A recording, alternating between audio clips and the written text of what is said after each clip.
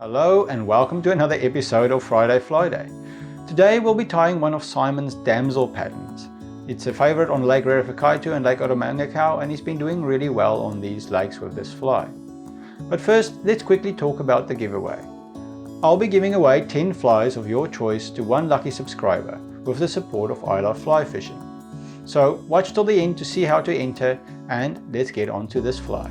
We'll be tying this fly on size 10 barbless nymph hooks from I Love Fly Fishing. We'll be using MS Nymph Dub and Damsel Brown for the body. We'll be using some olive marabou for the tail. And this is the hackle we'll be using, but you can use grizzle or ginger as well. We'll be using 2 red plastic beads. We'll be using some nylon for the rib, and we'll be holding it all together with some Vivas 80 black thread. So I'm starting with the 2 red craft beads. Make sure you pick 2 beads that are the similar size and shape.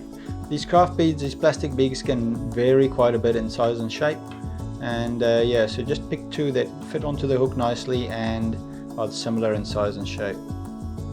Slot them onto the hook, tighten that into the vise, and now we'll start by securing them with the thread by just creating a bit of a bump behind them to just tie them into place so they don't move. Okay. Should keep them fairly secure. You can also super glue them on, and then just using the tag end, we're going to create a base of thread going back to the bend of the hook. Now you'll notice here we're using a fairly long shank hook, and that's because of the 2 beads that we have on there. Okay. Now what we're going to do is tie in our marabou tail. I'm going to pick some thin, long fibers. Don't use too much. Tail can be quite sparsely tied. Something like that will do quite well. Just pinch that off. And what I do to just make tail tying in easier, I wet my fingers and then roll the ends up. It secures it nicely there and makes it easier to tie in. Now I'm going to measure it up to be about the same length as the hook. And then I'll snip it off again to just make it a little bit shorter.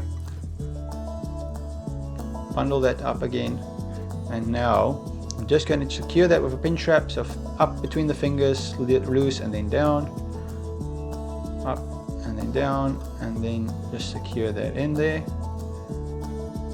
And I like to do 1 wrap behind the tail as well. Okay.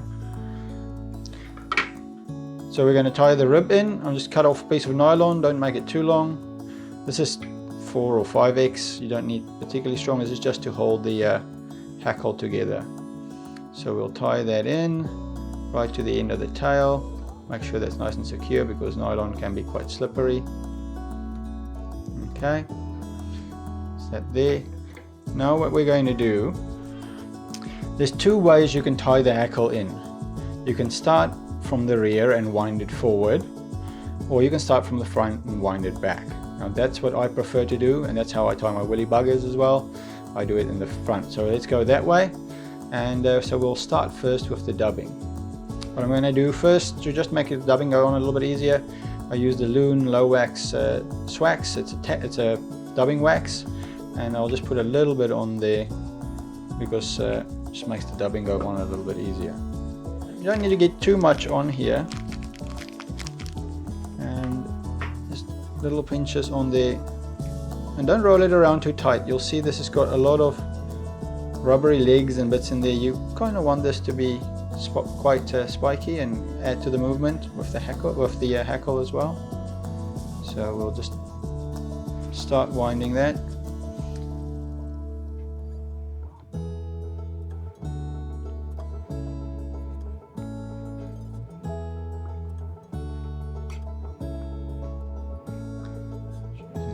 Vise. Keep that quite slim, and okay, it's going to be a bit much, so we'll just pinch that excess off. Okay, just stick it a little bit on there. Just finish that up.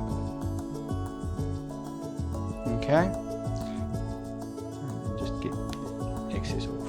Okay, now we'll get our hackle out, and we'll pick a nice feather that is got reasonably long fibers, but not super long.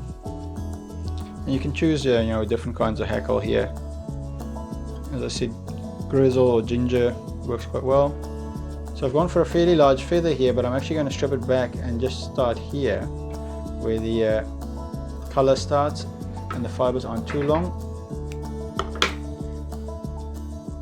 Now you'll see this hackle has got a concave side, so we're going to tie that in facing backwards and just catch that behind the beads, make sure it's secure. Okay, and we'll use our hackle pliers now to just wind that backwards.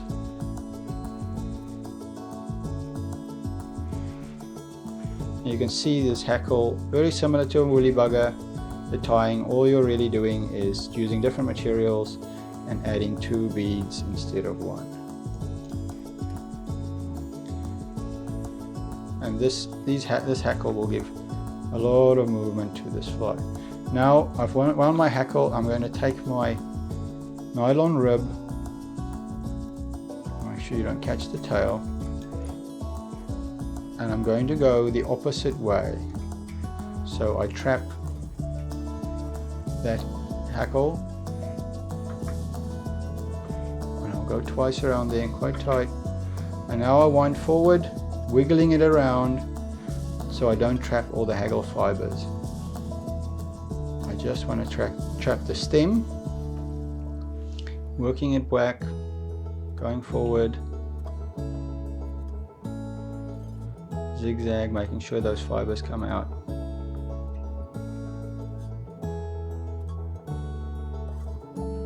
One more time around, wrap it a couple of times around, and now wrap your thread around the nylon, because nylon is slippery and you need to really secure this. Wrap it around a couple of times, then wind, then a couple of times again, and then wind that in and secure that in place.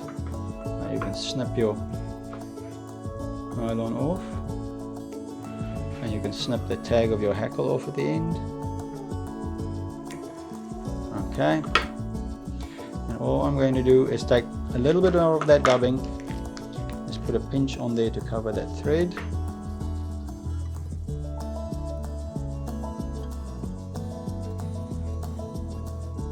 And what I would normally do here before I finish it is I would stick some super glue on my thread and then just whip finish, but I don't have super glue today. Just whip finish that.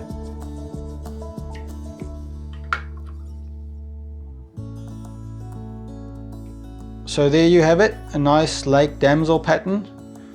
Simon does very well on this fly in Lake Rerefukaitu and Odomangakau.